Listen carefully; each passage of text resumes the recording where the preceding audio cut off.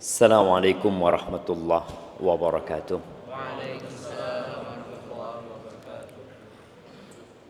Alhamdulillah alladzi hadana lihada wa ma kunna linahtadiya laula an hadanallah. Segala puji bagi Allah Jalla Jalaluh yang telah memberikan petunjuknya kepada kita, yang memang kita senantiasa meminta dan memohon petunjuk tersebut. Kita tidak pernah berhenti mengatakan ihdinas siratal mustaqim. Dan Allah memberikan petunjuk kepada kita yang kalau bukan karena kebaikan Allah, kita nggak akan pernah ngerti mana yang hak dan mana yang batil. Kita tidak akan berbondong-bondong datang ke masjid ini, nggak bakalan. Maka hendaklah kita memuja dan memuji Allah atas nikmat yang diberikan, di mana yang paling agung adalah nikmat hidayah tersebut.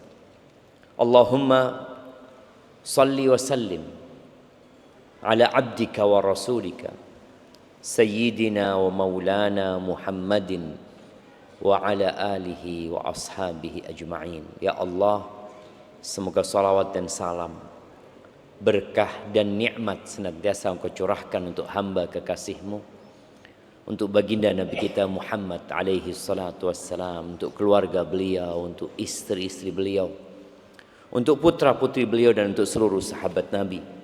Semoga Allah meridai kita bersama mereka. Amma ba'd, Allahumma anfa'na bima 'allamtana wa 'allimna ma yanfa'una wa zidna ilman. Malam ini tanggal 12. Nah, 12 kan? 12 Rajab. 12 Rajab 1447 Hijriah. Yang bertepatan dengan malam 1. Malam 1. Besok tanggal 1. Iya, bertepatan dengan malam tahun baru. Yang sepertinya kebanyakan umat manusia di muka bumi ini, bahkan kalau nggak salah umat Islam pun sedang mempersiapkan diri. Kalau tadi ana lihat ada yang mulai jual ikan segar di pinggir jalan, ya. Yang pemandangan itu nggak pernah ada sebenarnya gitu. Ramai orangnya. Ikan apa biasanya yang antum bakarnya?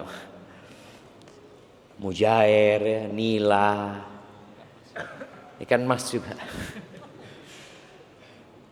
Dan ana mulai lihat juga, tapi alhamdulillah nggak seperti tahun lalu. Ana lihat penjual-penjual trompet mulai berjejeran di pinggir jalan. Entah persiapan apa lagi ana nggak tahu. Mungkin yang datang dari jauh melihat sepanjang jalan yang dipersiapkan oleh masyarakat.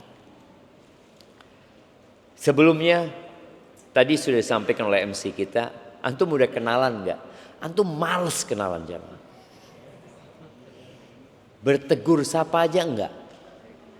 Baik, ana mau tanya, yang pakai baju liris-liris itu, iya antum? Udah kenal sama yang kanan antum? Enggak kan? Enggak, belum. Ayo kenalan dulu semuanya. Kenalan, kenalkan diri antum, jangan tanya, tapi kenalkan diri antum. Ayo semuanya jamaah, ibu-ibu juga. Ibu-ibu, kenalkan diri antum, ana fulan.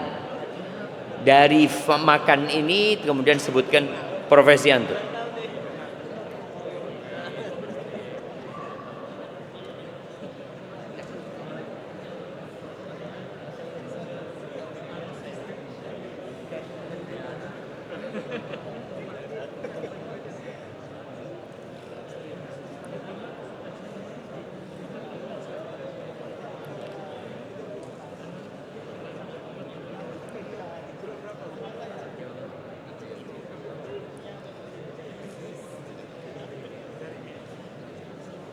Nah, mau tuker-tukeran nomor HP nggak apa-apa ya?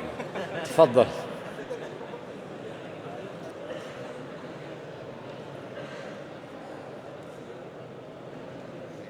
Sudah?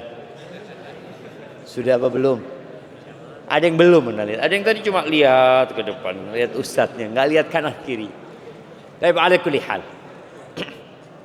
Ana alhamdulillah bagian kiri ana ini sudah tertib ya, jarang yang bersandar. Bagian kanan masih banyak yang bersandar jemaah. Tapi nggak apa-apa, kita husnudzon, mungkin punggungnya sakit jemaah.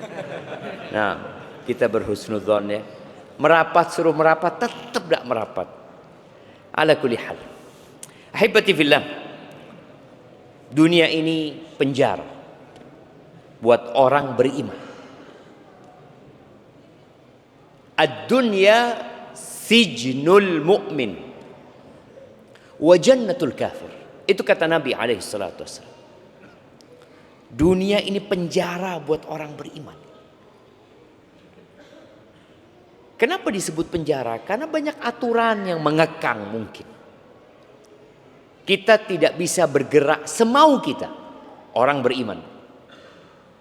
Ada rambu-rambu, ada teralis, ada pagar, ada tembok, kadangkala juga ada kawat berduri yang membuat kita tidak bisa bergerak semau kita. Itu buat orang yang beriman. Yang tentunya hal ini berbeda dengan kondisi orang kafir. Wa jannatul kafir. Surganya orang-orang kafir. Mungkin salah satu yang menyebabkan orang kafir itu banyak yang kaya melintir. Tapi banyak juga yang enggak jemaah. Itu mereka nggak tahu dengan aturan agama.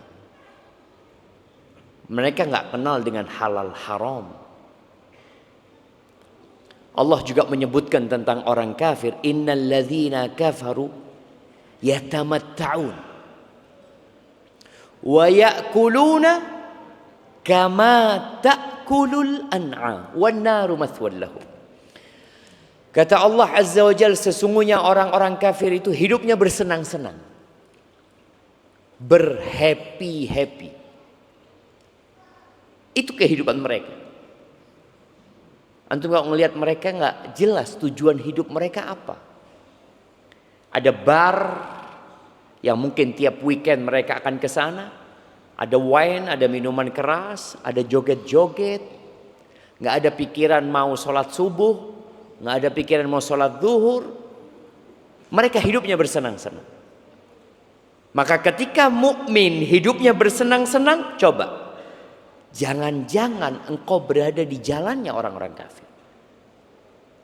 Padahal doamu, ihdinas siratal mustaqim, siratal ladzina an'amta alaihim, ghairil maghdubi alaihim waladhdallin. Doa kita jangan sampai kita ditunjukin jalannya orang-orang kafir, orang-orang yang dimurkai dan orang-orang yang tersesat. Orang kafir bersenang-senang hidupnya.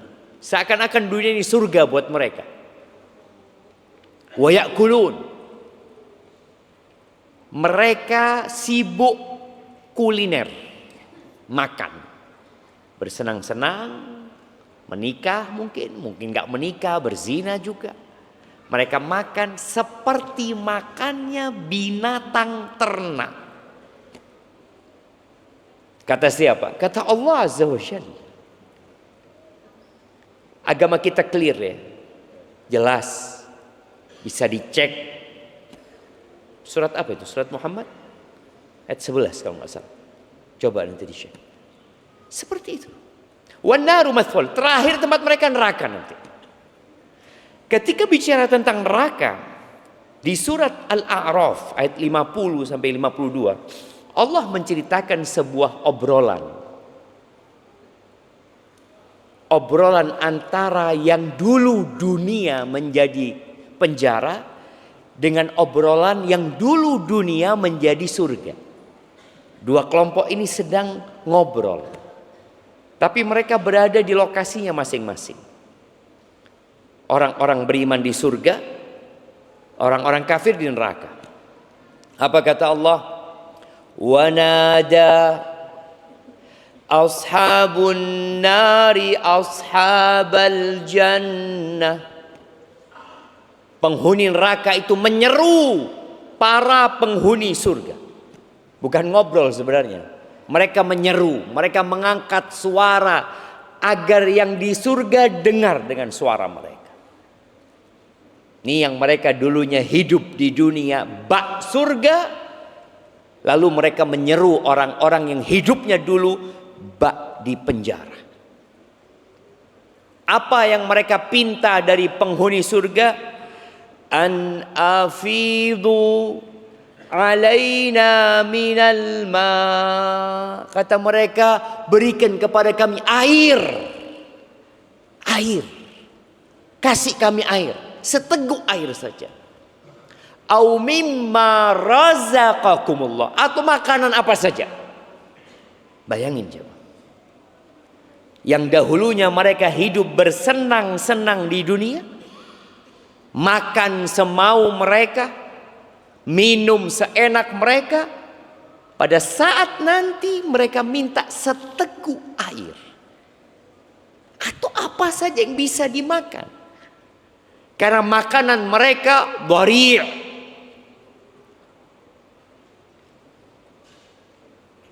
Makanan mereka apa? Duri. Minuman mereka apa? Air yang panas, timah yang panas, yang kalau mereka minum meleleh, usus mereka terburai. La yamutu fiha wa la yahya. Mereka tidak hidup sehingga bisa menikmati hidup. Yang dulu mereka hidup bersenang-senang saja, mereka juga nggak bisa mati, ingin mengakhiri penderitaan mereka. Apa jawab orang-orang yang dulu hidup seperti di penjara? Qalu innallaha harramahuma 'alal kafirin. Allah mengharamkan dua ini atas orang-orang kafir. Kalian dulu hidup di dunia dikasih kesempatan untuk beriman. Siapa mereka? Alladzina ittakhadhu dinahum lahwaw wa la'iba. Mereka yang menjadikan agama mereka sebagai permainan dan senda gurau. Allah turunkan agama Islam. Allah perintahkan Nabi alaihi salatu wasallam untuk mendakwain mereka. 13 tahun di Mekah, Nabi alaihi salatu wasallam mengatakan kepada mereka, qulu la ilaha illallah. Katakan tiada yang berhak disembah kecuali Allah azza wa jalla. 10 tahun di Madinah, hidup bersama musyrikin dan Yahudi, sama dakwah Nabi alaihi salatu wasallam, qulu la ilaha illallah. Beliau mengutus Mu'ad bin Jabal sallallahu alaihi wasallam ke Yaman. Lalu beliau berpesan kepada Mu'ad, ya Mu'ad, innaka ta'ti qauman ahla kitab. Mu'ad, yang engkau datangi ini sebuah tatanan masyarakat yang mereka memiliki kitab. Mereka Nasara, mereka punya kitab, Injil kitab mereka. Terus gimana dakwah kepada mereka? Falyakun awal ma tad'uhum ilai syahada an la ilaha illallah. Yang pertama engkau dakwakan la ilaha illallah. Jadi kalau bicara agama, maka kuncinya adalah la ilaha illallah. Dan kunci surga juga la ilaha illallah. Ini orang enggak?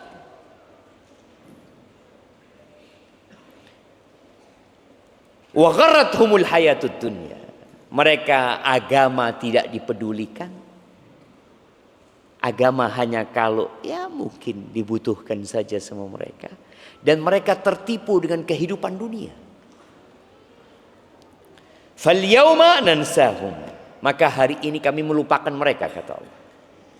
Ya, ini kami tinggalkan mereka. Kama nasu liqa'a yaumihim hadza. Sebagaimana mereka tatkala hidup di dunia, mereka lupa dengan perjumpaan hari ini. Wa ma kanu bi ayatina yajhadun. Ayat-ayat kami turun kepada mereka, mereka ingkari. Dibacakan Al-Quran kepada mereka. Kita lihat Al-Quran sekarang diterjemahkan kepada hampir semua bahasa. 24 jam live Mekah, live Madinah. Di mana-mana dakwah bisa didengar. Tapi mereka ingkar. Lalu kata Allah, "Walaqad ji'nahum bikitabin fassalnahu ala ilmin hudan wa rahmah." Kami telah datang kepada mereka dengan kitab, ini Al-Quran. Yang kata Allah, kami detailkan perkara-perkara yang dibutuhkan manusia di atas ilmu sebagai petunjuk dan rahmat. Hudan wa rahmah buat siapa? Liqaumi yu'minun, buat orang yang mau beriman. Malam ini kita kajian bukan karena malam tahun baru. Kita kajian karena memang tiap Rabu kita kajian. Ya kita biasa aja. Ada apa malam ini? Ya ada kajian. Habis kajian ya pulang gitu kan. Dan menjadi orang baik di tengah orang-orang yang rusak. Ya mungkin ada yang suka. Tapi banyak yang gak suka. Ketika antum mengajak orang lain untuk baik. Di surat Al-Mutaffifin ya, di ayat 29 sampai akhir ya, Allah mengatakan innal ladzina ajramu kanu minal ladzina amanu yadhakun. Sesungguhnya orang-orang pelaku dosa itu adalah orang-orang yang dahulunya ketika hidup di dunia mereka suka menertawakan orang beriman. Ditertawakan orang beriman, yang kolot, yang kaku kayak kanebo kering, nggak bisa. Nah, apa sih? Iya, mereka suka menertawakan. Ketika orang beriman memegang prinsip hidup mereka, menjadikan agama sebagai pedoman mereka, ditertawakan. Wa idza marru bihim yataghamazun.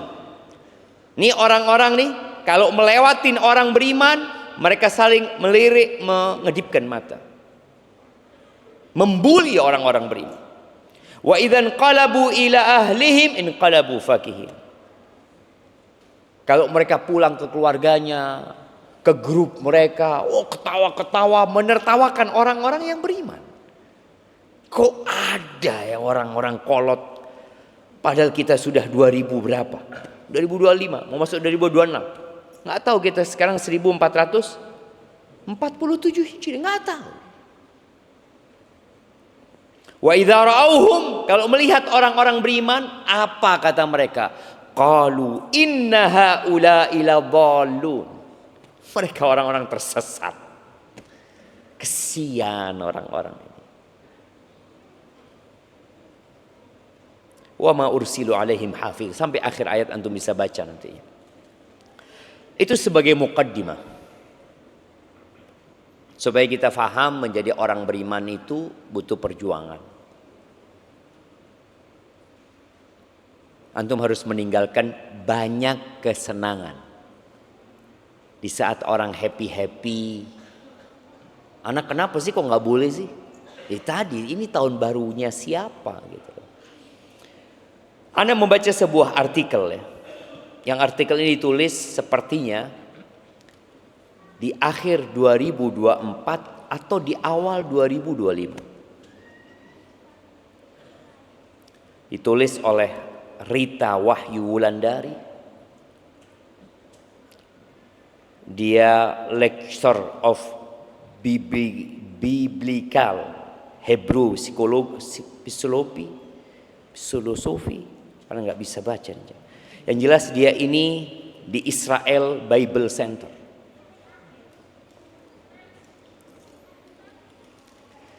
Dia menulis tentang sejarah Masehi 2025. Dia non muslim. Dia bangga.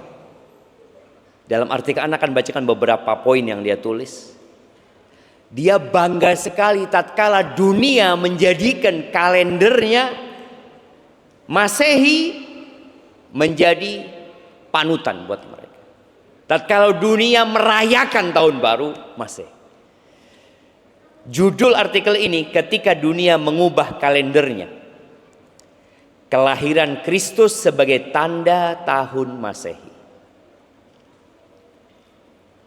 Lalu dia sebutkan ada satu, ini di pendahuluan dia, ada satu keputusan dalam sejarah yang sepertinya senyap. Tidak banyak orang di dunia ini menyadarinya, namun dampaknya menembus ribuan tahun. Keputusan yang membuat seluruh dunia, dari tahta suci Vatikan di Roma hingga ke padang pasir Arab, dari kuil-kuil di Asia sampai kota-kota modern seluruh dunia yang tidak mengenal Allah hari ini, ada satu sistem penanda waktu yang menandai waktu dengan satu pusat yang sama. Tahun ini disebut 2025 Masehi. Tapi Masehi, Mesias dari siapa? Kata dia. Dia ingin membuat orang, lu antum tuh menyebut Masehi itu siapa? Kemudian dia katakan yang lebih ajaib lagi, bahkan mereka yang tidak percaya kepadanya, kepada Tuhan, seorang ateis sekalipun menghitung hari-harinya dengan kalender yang ditandai oleh kelahiran Kristus. Kalender Masehi, kalender Anno Domini. Anno Domini tahun Tuhan kita. Dunia ini entah sadar atau tidak, kata dia, bernafas dalam ritme waktu gereja.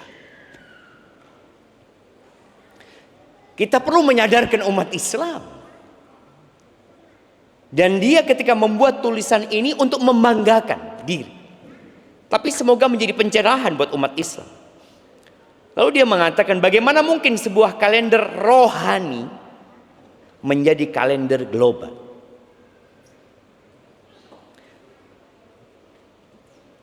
Yang untuk menandai waktu itu dengan sebelum dan sesudah Kristus. Kita kadang nggak ngerti sebelum Masehi, sesudah Masehi, ya. Dia dengan jelas mengatakan sebelum dan sesudah Kristus. Memang kalau bahasa Inggrisnya apa? Sebelum Masehi apa bahasa Inggrisnya? Hah? Before Christ. Before Christ. BC. Mereka nulis. Mereka nulisnya BC. Before Christ. Kita kan biasa sebelum Masehi. Loh, ini urusannya sama siapa Masehi? Dengan jelas ketika bahasa Inggris mereka terus terang. Cuma tadi umat Islam nggak ngerti Masehi itu apa. Sehingga biasa aja, ya. Dan dia sebutkan, bayangkan seluruh dunia dari timur sampai barat, dari bangsa beriman sampai mereka yang menyebut diri ateis, menandai hari demi hari dengan kalender yang sama. Kalender yang berakar dari kelahiran satu pribadi, Yesus Kristus. Ini tulisan dia. Kalau bicara sistem kalender, dia sebutkan sistem kalender yang ada di dunia ini. Kalender Jawa 2025 ya. Kalender Jawa itu ya sekitar tahun 1958, 1959. Mereka pakai kalender luni solar. Luna solar. Luni itu matahari, luni itu lunar itu rembulan, solar itu matahari, menggabungkan antara bulan dan matahari ya. Kemudian kalender Hijriah pakai lunar. Kemudian Ibrani lunisol. Ibrani itu lebih tua. Sekarang itu atau tahun 2025 buat mereka adalah tahun 5786. Kalender Cina Lunisolar juga. Tahun 4723. Yunani sekarang 2785-86. Lunisolar mereka. Ada Romulus, ada Julian. Kalender Julian ini nanti yang akan berkembang menjadi Gregorian ya. Semoga tidak salah bacanya. Julian ini 2025. Dulunya mereka kalendernya cuma 10 bulan. Kemudian ditambah 2 bulan. Jadi kalender mereka dulu cuma 304 hari. Kemudian ditambahkan jadi 12 bulan. Itu di mereka hanya buatan mereka saja. Jadi kalau bicara matahari ini lebih mengacu kepada musim nanti. Baik. Kemudian disebutkan di sini dahulunya, jadi kalender Masehi ini baru dimulai di abad 6 Masehi.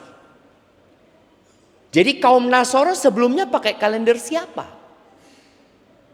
Mereka pakai Auc, AUC, singkatan dari Ab Urbe Condita. Mudah-mudahan nggak salah baca jemaah ya. Kalau salah ya anggap benar. Ini bahasa Latin yang artinya sejak berdirinya kota Roma. Jadi mereka dulu pakai sejak berdirinya kota Roma. Kota Roma itu berdiri disebutkan tahun 753 sebelum Masehi. Ini menurut sejarawan mereka. Jadi yang dipakai oleh Nasoro sejatinya jemaah, yang dipakai oleh Nabi Adam sampai Nabi Musa dan Isa itu mereka pakai kalender rembulan. Tapi kemudian terjadi perubahan karena mereka ikut Romawi saat itu. Kemudian disebutkan di abad ke-6 ada seorang biarawan ya. Ini di tahun 525 Masehi. Biarawan yang bernama Dionysius Exiguus ya. Dia menetapkan sistem penanggalan baru untuk menentukan waktu kelahiran Yesus dan Paskah Kristen. Kapan lahirnya Yesus? Kapan Paskah? Paskah itu hari apa?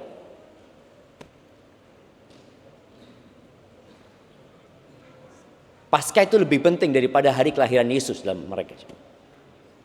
Paskah itu hari kebangkitan Yesus.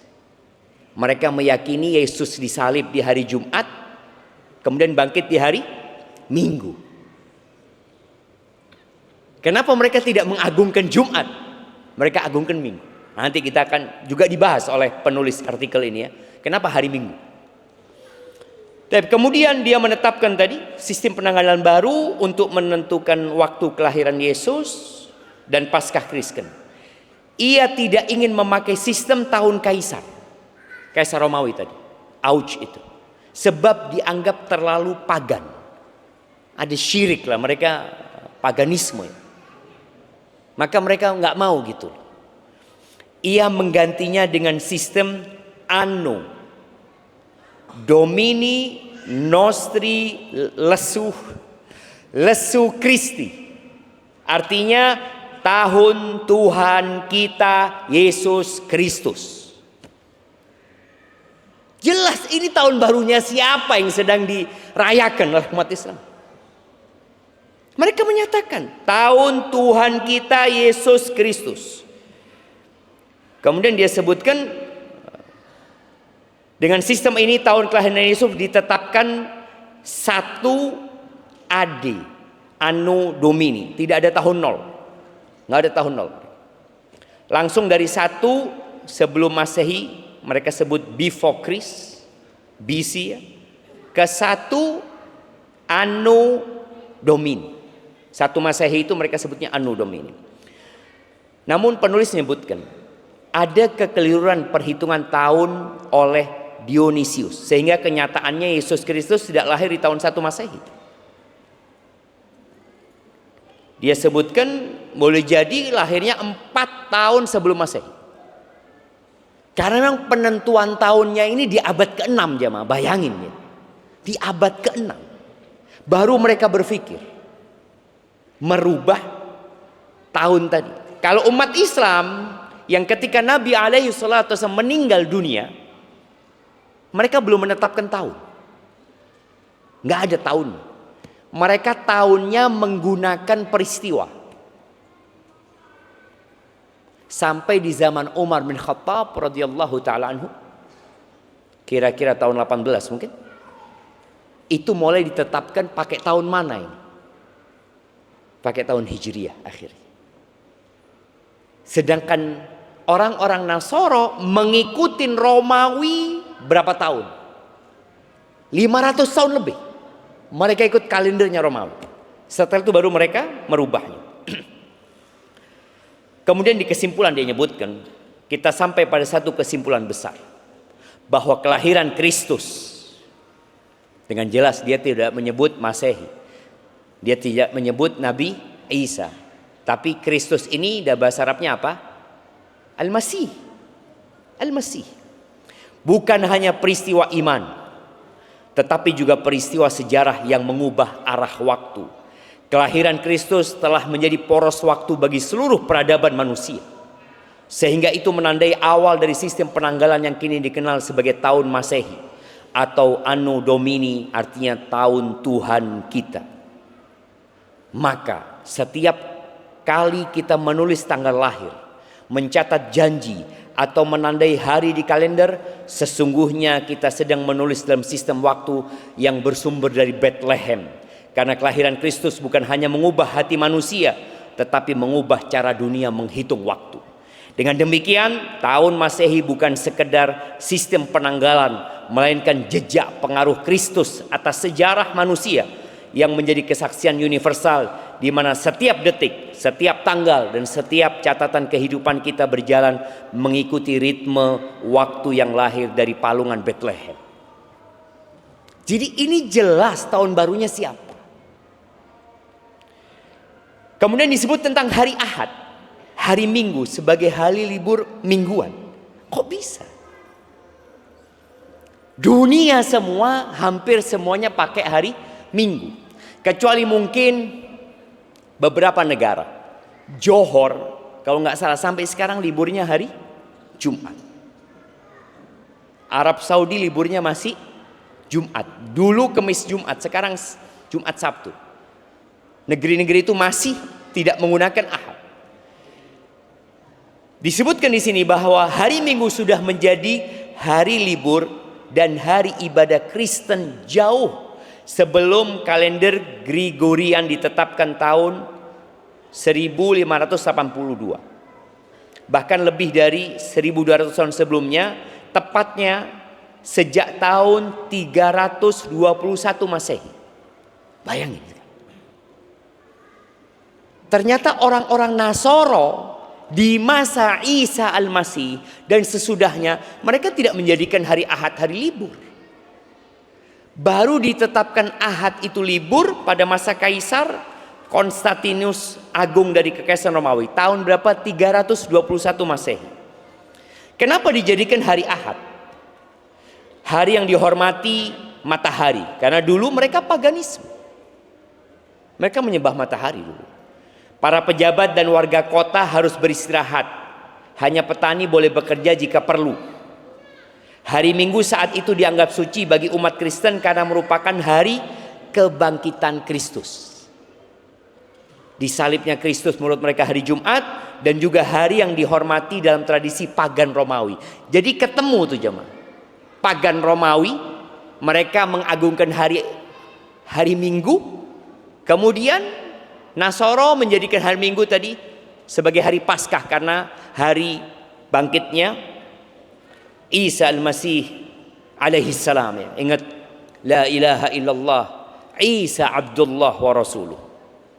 Dampaknya disebutkan, penetapan hari Minggu sebagai hari istirahat resmi menjadi dasar bagi libur hari Minggu di sebagian besar Eropa dan berlanjut hingga kini di banyak negara termasuk Indonesia. Keputusan ini menunjukkan peralihan dari tradisi pagan dan Kristen, serta menjadi titik balik penting dalam sejarah Kekaisaran Romawi yang semakin bergeser ke arah pengaruh Kristen. Kemudian dia sebutkan bagaimana kalender Gregorian masuk ke Indonesia. Gimana ceritanya tuh Masehi itu masuk Indonesia? Padahal umat Islam sudah ada lebih dahulu di Indonesia sebelum orang-orang Nasoro datang. Udah ada. Kemudian orang-orang Jawa sudah punya kalender. Terus gimana nih Masehi bisa masuk Indonesia? Disebutkan ekspansi kolonial Eropa.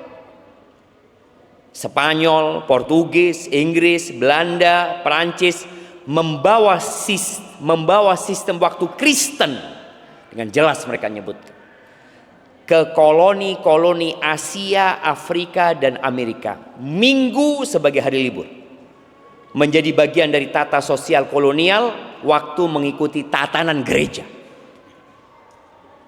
Kemudian VOC masuk ke Nusantara antara tahun 1602 sampai 1799.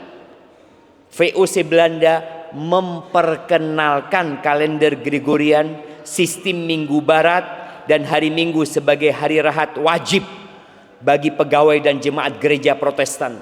Di Batavia dan kota-kota pelabuhan, Minggu jadi hari gereja dan hari tidak bekerja. Sistem waktu pribumi mulai bergeser. Pergeseran itu karena dampak dari penjajahan. Makanya kalau dikatakan penjajah itu bawa 3G. Apa? 3G. Apa 3G? Gospel, gold, glory. Mereka bawa itu. Dan ini penulisnya non muslim nih. Jangan dikatakan oh ini muslim banget. Enggak, ini non muslim yang menulis. Kemudian dia sebutkan di sini, berlanjut pada pemerintahan Hindia Belanda setelah VOC bubar. Jadi VOC itu kan sebenarnya pedagang dulu jamaah, perusahaannya. C-nya ini kan company, VOC company. Mereka kemudian berubah menjadi pemerintah.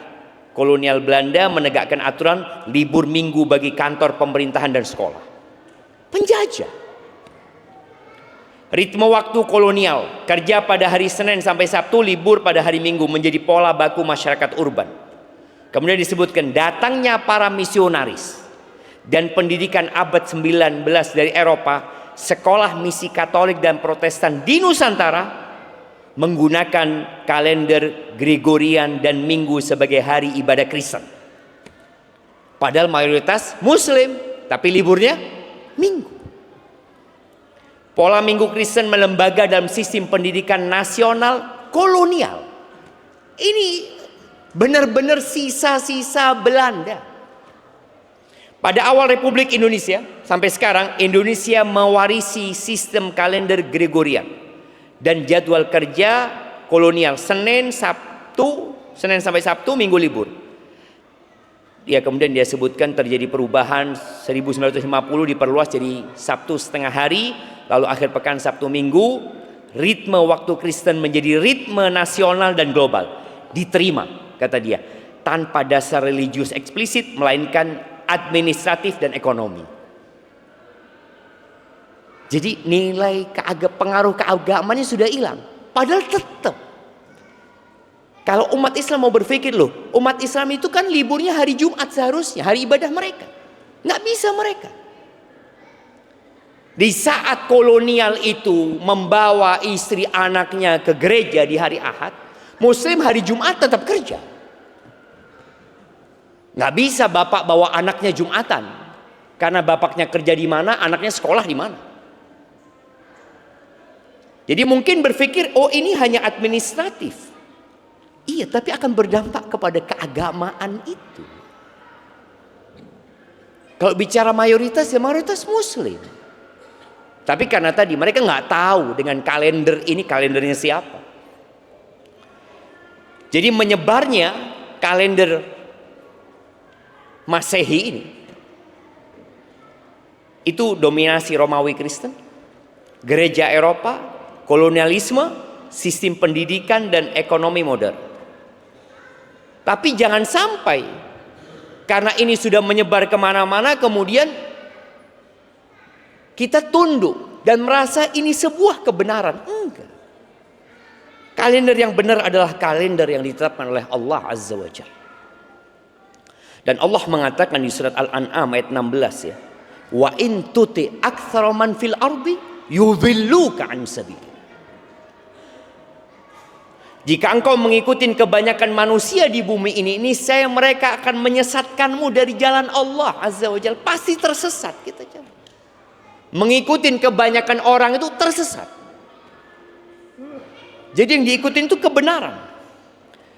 Jadi titik masalahnya, kalender ini bukan kalender milik kita.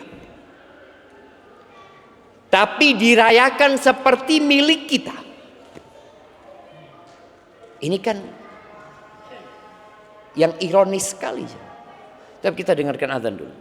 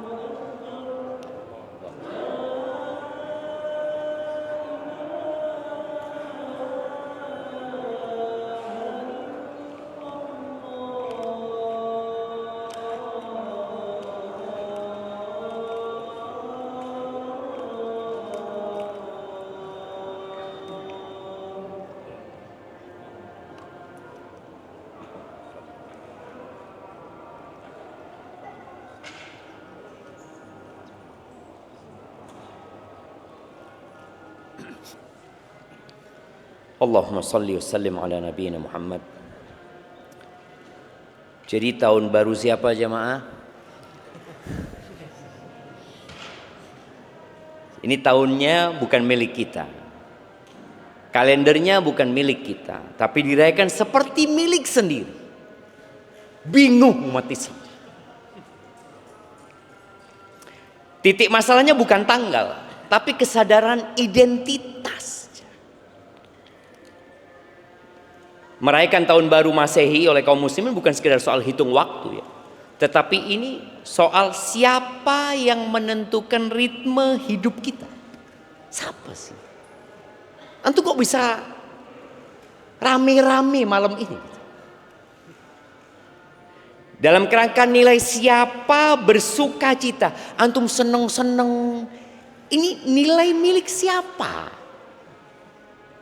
Bicara kearifan lokal ya bukan. Bukan. Kita udah lihat. Penulis itu menjelaskan dengan gamblang. Dan kalender bukan netral. Jangan dianggap netral. Enggak. Kalender itu membawa makna, simbol, pandangan kehidupan. Makanya kenapa bangga penulis tadi. Ketika hari kelahiran Kristus itu dijadikan patokan oleh seluruh umat di muka bumi. Ya enggak semuanya.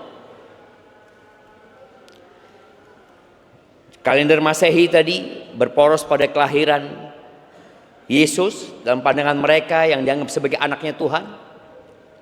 Menguat lewat gereja, kolonialisme dan sistem barat. Sementara kalender Hijriah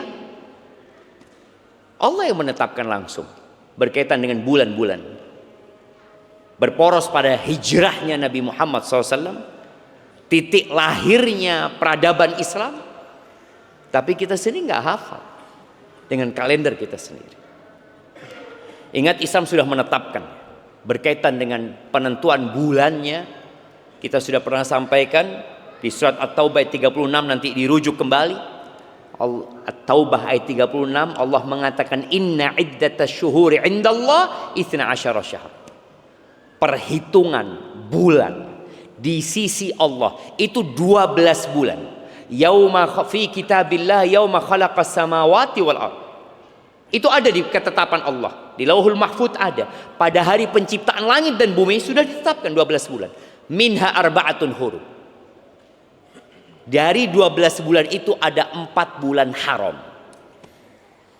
Makanya kalau kita lihat penentuan puasa pakai apa? Ya, Hijrah. Kita puasa insya Allah kapan? 1 Ramadan.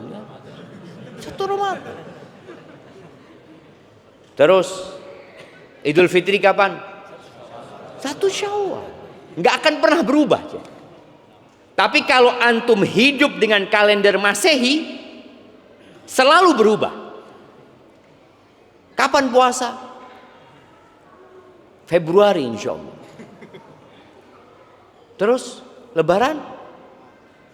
Ya Maret lah. Idul Adha? Kapan Idul Adha? Sedangkan ketika kita sebagai muslim, Idul Adha kapan? 10 Zulhijjah. Haji itu ditetapkan dengan kalender yang ditetapkan oleh Allah dan Rasulnya. Zakat pakai hitungan apa? Hijriah. Maka orang yang mengeluarkan zakat dengan Masehi, dia akan selalu telat mengeluarkan zakat. Selalu telat.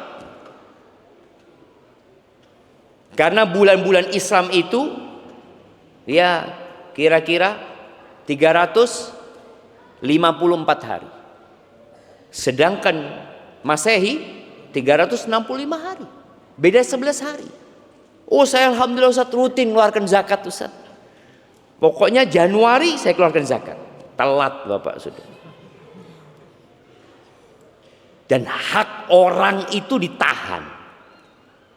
Seharusnya dia sudah dapat 11 hari yang lalu, antum tahan. Iddah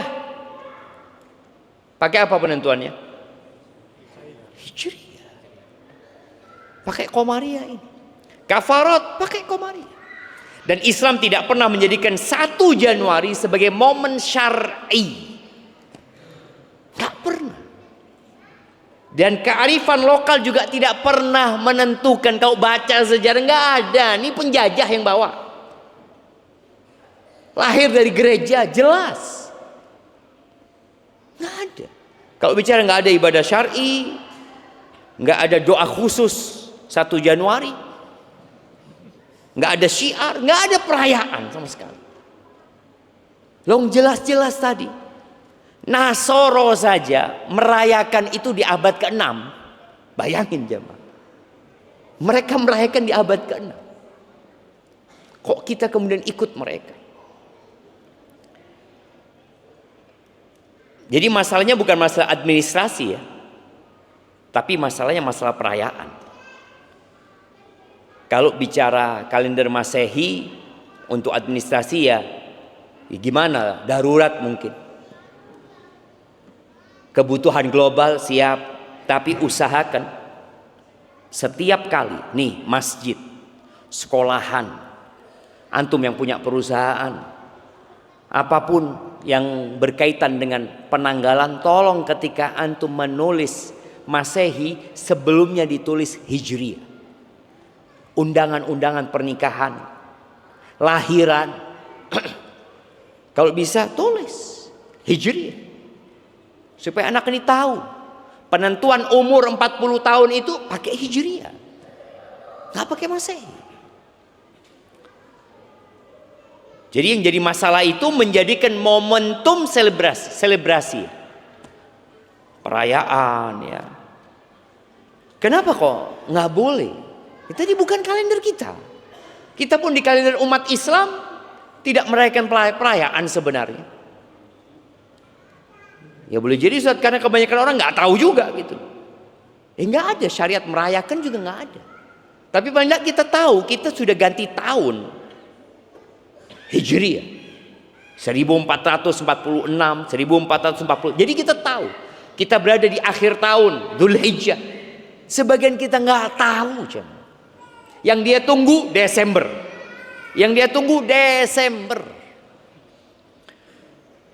Jadi kita tahu bahwasanya Masehi adalah simbol peradaban bangsa lain, umat lain, dirayakan dengan hura-hura, pesta, kembang api, kemaksiatan terbuka.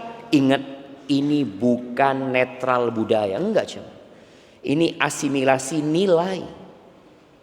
Ada penyerapan nilai dari orang-orang non-muslim. Kita bicara di hadapan umat Islam. Yang kita dakwain umat Islam. Nasoro mau merayakan, lu tafadhol. Mereka sudah nulis di mana-mana selamat Natal dan tahun baru mereka. Itu ucapan bukan untuk umat Islam. Tapi kita ikut, ya, selamat tahun baru juga itu. Loh. Mereka tatkala mengucapkan itu sejatinya kepada agama mereka. Dan Nabi alaihi salatu wasallam mengatakan man tasyabbaha biqaumin fahuwa minhum. Barang siapa yang menyerupai suatu kaum, maka dia termasuk dari golongan mereka. Para ulama menyebutkan bahwa yang terkecil dari yang dapat dipahami dari hadis ini adalah pengharaman mengikuti mereka.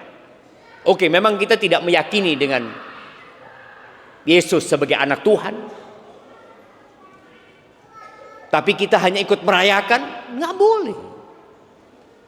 Udah jelas sekali ini tahun barunya mereka, engkau tetap ngikuti. Maka Nabi SAW mengatakan man tasyabbaha biqaumin fahuwa minhum. Dan kita memang disebutkan akan mengikuti orang-orang sebelum Islam ini ya. Jadi ahibati fillah, semoga kajian kita bisa menyadarkan kita. Dan antum juga bisa sampaikan kepada kerabat, keluarga. Tadi artikel itu silahkan disebarkan kepada umat Islam supaya umat Islam tahu, ini loh yang nulis bukan muslim, yang nulis non muslim. Dan dia menyatakan bahwasanya ini tahun barunya mereka, bukan kita. Hadza wallahu a'lam bissawab. Itu yang dapat Anda sampaikan. Kurang lebihnya mohon maaf. Kalau ada pertanyaan coba kita lihat. Bismillah. Dengan adanya kalender Masehi, apa yang harus dilakukan untuk bisa membumikan kalender Hijriah? Tadi Anda sudah sebutkan ya, beberapa yang harus dilakukan. Yang pertama adalah kita sendiri menghafal kalender Hijriah itu. Sehingga dengan cara itu kita akan mengetahui kapan dianjurkan puasa tengah bulan. Tanggal 13, 14, 15. Kita tahu tuh. Dan penentuannya mudah. Tinggal lihat apa? Bulan. Oh kayaknya udah tanggal 13 nih. Ketika full tanggal 15. Mudah penentuannya. Paling mudah di antara kalender itu adalah kalender yang menggunakan lunar ini. Menggunakan rembulan. Kemudian yang kedua. Yang berurusan dengan surat menyurat. Tolong bubuhkan kalender Hijriah. Ketiga, gaji yang bulanan. Antum yang menggaji. Kalau itu perusahaan, kalau itu sekolah, apapun ya, masjid juga. Ana tanya ke salah satu masjid di Sidoarjo, ana tanya sama DKM, Afan, ana mau tanya, antum menggaji marbot apa semuanya itu pakai Hijriah apa Masehi? Masehi. Masjid pakai Masehi. Apa yang dikatakan oleh penulis tadi benar. Bahwa saya melampaui semua tempat. Sampai tempat ibadahnya umat Islam pun gajinya pakai Masehi. Kenapa? Yang punya pembantu gajinya pakai Hijriah. Usahakan semua pakai Hijriah. Antum juga mahasiswa nih minta bulanan Hijriah, lebih menguntungkan antum. Karena 354 hari 11 hari atau mendapat fulus tambahan itu. Ya memang lebih menguntungkan cuma menggunakan Hijriah, tapi merugikan perusahaan. Tapi paling tidak tadi perusahaan sudah mensyiarkan. Itu mungkin yang bisa kita lakukan dengan keluarga kita, dengan kerabat kita, dengan kolega-kolega kita. Usahakan yang digunakan adalah Hijriah. Dan berdoa memohon kepada Allah Azza wa Jalla. Karena jamaah, ini pertanda kita kalah memang dengan orang-orang Nasara. Sehingga tadi umat Islam merayakan. Karena biasanya menjadi budaya dan tradisi atau tabiat manusia, itu yang kalah mengikuti yang menang. Pokok semua dari yang menang-menang itu dianggap wah hebat, hebat.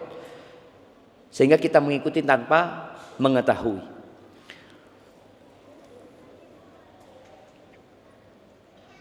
Assalamualaikum Ustaz, izin bertanya. Ana tadi baca di Instagram katanya ada amalan tahun baru berdasarkan dalil dari hadis yang berisi kita kira-kira maknanya kurang lebih seperti ini. Barang siapa masuk pasar lalu membaca la ilaha illallah wahdahu la syarikalah lahul mulku wa lahul hamdu yuhyi wa yumit wa huwa hayyun la yamut biyadihil khair wa huwa ala kulli syai'in qadir, maka Allah akan mencatat baginya 1 juta kebaikan, menghapus 1 juta keburukan, mengangkat 1 juta derajat. Hadis riwayat Tirmidzi. Amalan membaca lafaz di atas jika dibaca pukul 00 maka akan mendapat ganjarannya. Dikiaskan dengan keadaan pada pukul tersebut banyak orang lupa Allah seperti orang di pasar, dan amalan tersebut berlandaskan kaidah fikih al-hukmu yaduru ma'illati. Bagaimana hukum amalan tersebut? Ya Allah, suruh tidur jemaah. Ngitung juga masalahnya. Kan jam 00 berarti dia nunggu kan? Mau baca doa. Udah. Dia menunggu, seharusnya dia tidur. Bangun jam 2 sholat malam. Sebenarnya apa sih yang baru jemaah? Apa yang baru? Kalau antum lihat ya, nunggu nih jam 00, terus lihat rumahnya baru, enggak sih. Jamnya tetap, HP-nya tetap. Lihat istrinya, tetap. Istrinya lihat soy, tetap. Dia ada yang baru. Kita sudah dibohongi sebenarnya, nggak ada yang baru, nggak ada yang baru. Dan subhanallah, pemerintah tidak menjadikan tahun baru itu sebagai tahun untuk mengangkat jabatan ya. Jabatannya diangkat pada malam tahun baru. Ada jamaah? Kayaknya nggak ada kan? Nggak ada jamaah. Nggak ada yang baru sama sekali. Nggak ada. Maka tolong kita sadari, kalau dikatakan baca doa ini masuk pasar. Kalau orang lalai itu baca doa, gini sebenarnya, di saat-saat orang lalai, ibadah itu akan lebih bernilai di sisi Allah Azza wa Jalla di waktu-waktu lalai. Tapi bukan hanya doa itu, sholat pun, baca Quran pun, zikir pun ya, nggak berkaitan dengan doa ini. Ini doa masuk pasar. Kalau dikatakan kenapa pahalanya besar sekali, ya mungkin karena orang lalai. Itu salah satu hikmah mungkin yang disimpulkan oleh para ulama ya. Barakallahu fikum.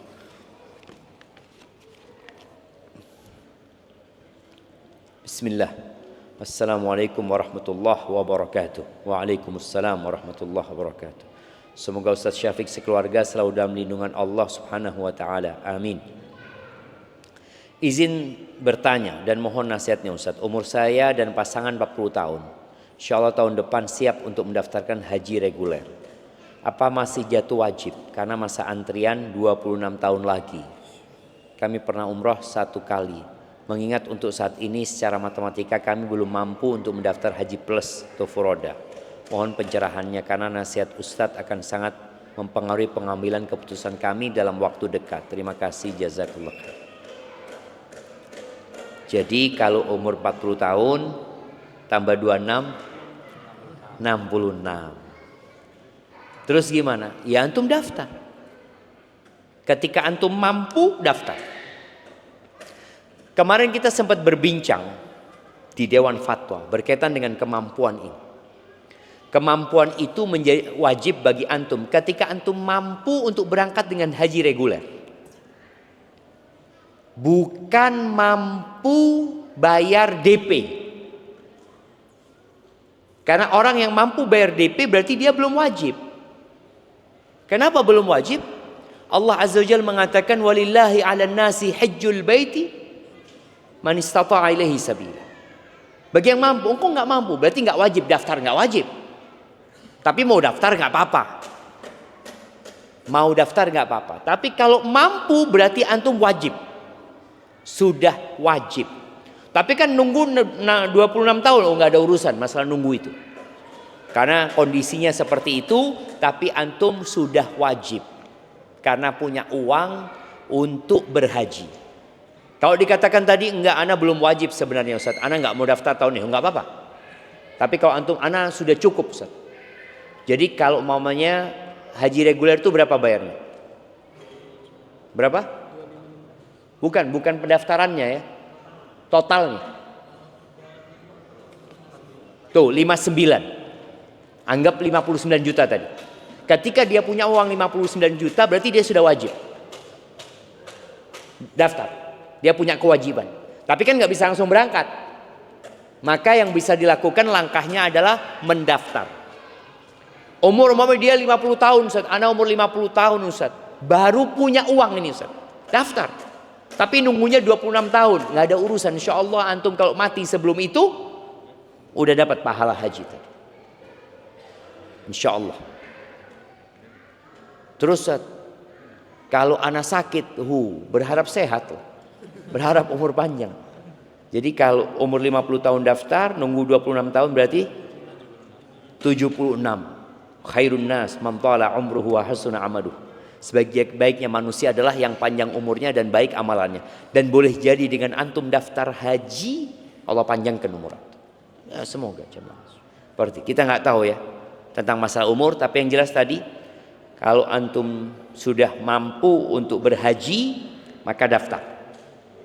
Tadi umpamanya kalau haji plus belum mampu, ya udah jangan daftar. Tapi kalau sudah mampu haji plus, ya berangkat haji plus. Karena memang haji plus ini sebentar lagi jamaah. Sepertinya ini yang punya uang segera daftar haji plus ya. akan lebih lama lagi ngantri.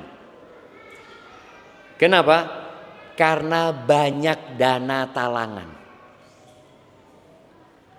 Mulai. Sudah ada, apalagi sudah ada. Berapa? Bayar berapa? 5 juta. Tuh 5 juta udah bisa daftar.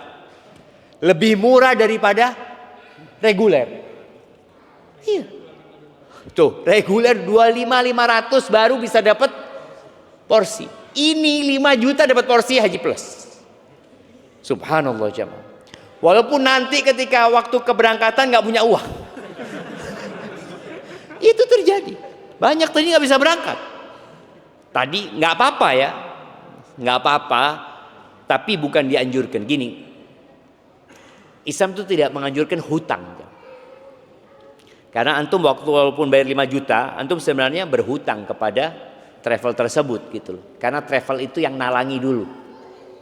Haji Plus itu seharusnya bayarnya kalau nggak salah 4.000, iya 4.000 dolar. Iya 4.000 dolar seharusnya. Ini 5 juta. Utangnya antum banyak tuh. Itu bukan utang pelunasan ya, utang kuota. Utang kursi aja seperti itu. Hada wallahu a'lam bishawab. Taib, ini mungkin pertanyaan terakhir. Assalamualaikum warahmatullahi wabarakatuh. Ahsanallahu ilaikum. Izin bertanya dan sedikit bercerita Ustaz.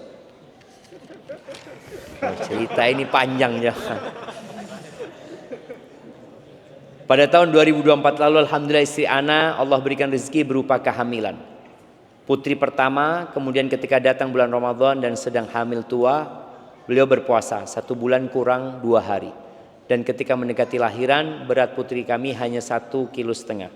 Namun setelah berdoa, kemudian ikhtiar, alhamdulillah ketika lahiran beratnya naik menjadi 2,7 kilogram. Dan alhamdulillah anaknya Ananda sehat. Namun setelah 14 hari putri kami sakit dan meninggal dunia. Kemudian beberapa bulan setelahnya Allah memberikan kami rezeki berupa kehamilan putri kedua. Dan ketika masuk bulan Ramadan kemarin istri ana izin untuk tidak berpuasa full dan hanya 2 hari saja. Alhamdulillah putri kedua ini lahir dengan berat 3,5 kg. Dan alhamdulillah beliau sudah berumur 4 bulan sekarang. Namun sampai saat ini bulan Rajab istri ana belum bisa membayar hutang puasanya. Karena jika berpuasa khawatir ASI berkurang dan mempengaruhi berat kesehatan putri kedua kami. Sedangkan bulan Ramadan 1447 ya sudah dekat. Mohon nasihat dan arahan Ustaz dan permasalahan ini. Apakah boleh membayar kafarat saja ataukah wajib mengqadha puasa yang tertinggal tersebut? Jazakallah khairan Ustaz. Semoga Allah menjaga Ustaz dan kaum muslimin. Iya. Semoga yang sudah punya anak, anaknya jadikan anak-anak yang soleh soleha. Yang belum punya anak segera dikasih anak yang lahir soleh soleha. Yang belum nikah nih, semoga segera menikah ya dan diberkahi pernikahannya. Berkaitan dengan orang yang hamil, apakah dia wajib berpuasa di bulan Ramadan? Kalau wajib sama, dia wajib. Cuma kalau dia nggak mampu, jadinya nggak wajib dia berpuasa. Apa yang harus dilakukan? Pendapat jumhur ulama, dan anda lihat pendapat jumhur ulama ini yang sepertinya harus lebih diikuti ya. Tetap wajib mengganti. Bukan membayar kafarah, bukan membayar fidyah, bukan membayar fidyah. Walaupun ada pendapat dari Ibnu Umar atau Ibnu Abbas ya yang membolehkan untuk membayar fidyah, tapi keluar dari khilaf di antara para ulama, hendaklah tetap puasa. Kalau nggak mampu puasa, umpamanya tadi karena khawatir ya. Kalau bicara kematian tadi jamaah ya, bukan karena puasanya jamaah. Karena banyak orang yang nggak puasa mati juga anaknya. Jadi bukan karena puasanya, insya Allah. Kadangkala orang puasa nggak jaga makan. Padahal berapa banyak orang yang puasa 1 bulan Ramadan, ketika puasa beratnya 60, Syawal 65 aja. Iya, karena puasa lebih banyak makannya. Jadi ini yang perlu diperhatikan. Jadi ketika ada orang hamil mau puasa, sahurnya yang benar, bukanya yang benar. Soalnya kadang-kala dia malas sahur, malas buka ya karena kondisi hamil ya. Maka lebih baik puasa sudah kalau seperti itu. Kemudian ketika dia nggak mampu untuk membayar sekarang karena kondisi anaknya sedang disusui dan khawatir kalau dia puasa akan berdampak kepada anaknya, ya udah. Engkau nanti Ramadan nggak usah puasa lagi, nggak apa-apa. Kalau memang khawatir dengan anaknya. Namun begini, ana ingin memberikan nasihat ya kepada orang-orang yang hamil tadi atau yang menyusui. Kalau dia puasa tiap hari mungkin berdampak kepada anaknya. Tapi kalau puasanya Senin Kemis, insya Allah nggak terlalu berdampak gitu. Apalagi sekarang ada susu tambahan. Ketika puasa mungkin bisa ditambahin susunya. Kalau enggak, ini yang perlu dihidupkan. Cari ibu susu. Murdi'ah. Sehingga menghidupkan kembali saudara sesusu. Bisa. Ketika dia puasa, susuono anakku. Seperti itu. Bayar, enggak apa-apa. Soalnya enggak, anak itu enggak kepingin Ustaz dia minum susu sapi gitu ya. Seperti itu. Nanti gimana kalau jadi saudara sama sapi? Siapa? Enggak lah. Kalau jadi saudara sama sapi, semua ini duluri sapi ya. Jadi enggak, insya Allah. Jadi tadi bisa cari ibu susu. Jadi insya Allah kalau umpamanya mau bayar utangnya Senin Kemis ya. Jadi kalau bicara Senin Kemis itu 1 bulan dapat berapa? Dapat 8 kita sudah 1 bulan. Dan insya Allah juga bisa berlatih. Cuma tadi ikutin sunnahnya. Apa sunnahnya? Mengakhirkan sahur, mengsegerakan berbuka. Ini kan termasuk sunnah tadi. Sehingga ibu ini harus lebih lihat waktu.